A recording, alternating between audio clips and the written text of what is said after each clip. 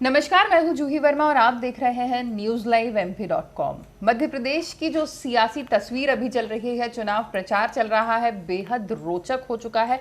कई मायनों में कई जगह पे बड़े निचले स्तर का भी नजर आया, पर फिलहाल सियासी भाषा में अगर हम बात करें तो इसे रोचक, दिलचस्प ही कह सकते हैं। और खास तौर से जब पूर्व सीएम कमलनाथ ने डबरा की एक चुनावी सभा में पूर्व मंत्री इमरती देवी को आइटम कहा, उसके बाद से जो सियासी बवंडर खड़ा शुरू हुआ है, उसके बाद तो बड़ी नई नई तस्वीरें मध्य प्रदेश की सियासत में नजर आ रही हैं।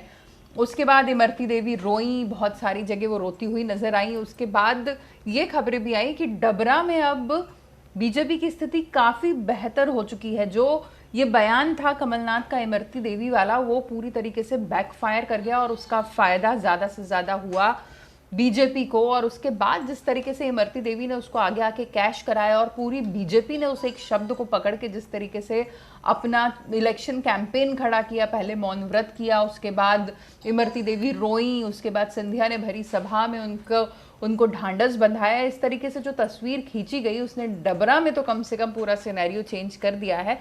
और ये भी संभावनाएं है कि आसपास की भी कुछ सीटों पर इस पूरे इमोशनल कैंपेन का कुछ असर पड़ा होगा। पर इसके बाद भी बहुत सारे रोचक रंग दिखाई दिए। अभी हाल ही में गोविंद सिंह राजपूत की चुनावी सभा के कुछ विजुअल्स वायरल हो रहे हैं, जिसमें कोई महिला डांस करती हुई दिख रही है। एक लोडिंग ऑटो है जिसे काट कर स्टेज जैसा बनाया गया है और वो जगह जगह खड़ा हो रहा है।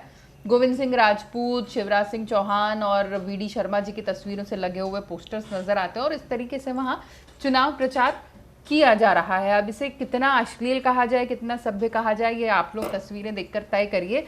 ये संभवतः वहाँ चुनाव प्रचार का कोई तरीका हो सकता है। तो आइटम और डांस सब कुछ इस चुनावी सभा में हो चुका है इस बार चुनाव में। अब इस पूरे चुनाव प्रचार में एटम बम की एंट्री हो गई है। जो इमरती अभी तक आइटम थी, वो आइटम बम बन चुकी हैं। और ये आइटम बम उन्हें किसी कांग्रेसी ने नहीं कहा है, भारतीय जनता युवा मोर्चा के प्रदेश अध्यक्ष अभिलाष पांडे ने कहा है।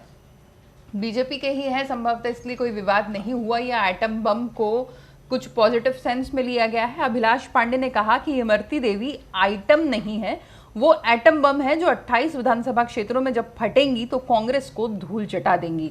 अब वैसे तो ये कहा जा सकता है कि अगर ये बयान किसी और पार्टी की तरफ से आया होता, कोई और विपक्षी दल ने दिया होता, तो इसे अभद्र भाषा की कैटेगरी में रखा जाता। पर फिलहाल ये एक बीजेपी नेत्री के लिए बीजेपी नेता की तरफ से ही आया है, तो कोई ज्यादा बवाल इस पर मचाया नहीं जा रहा और इसे एक मोटिवेशनल स्टेटमेंट की तरह भी माना जा रहा है। अब देखना यह है कि क्या जिस तरीके से राष्ट्रीय महिला आयोग और तमाम सारे महिलावादी संगठन कमलनाथ की टिप्पणी पर एक्टिव हो गए थे, क्या वो सारे संगठन अभी भी कोई संज्ञान लेंगे और अभिलाष पांडे की इस कमेंट पे सवाल करेंगे कि अगर महिला को आइटम कहना गलत है तो क्या एटम बम कहना सही है। नमस्कार।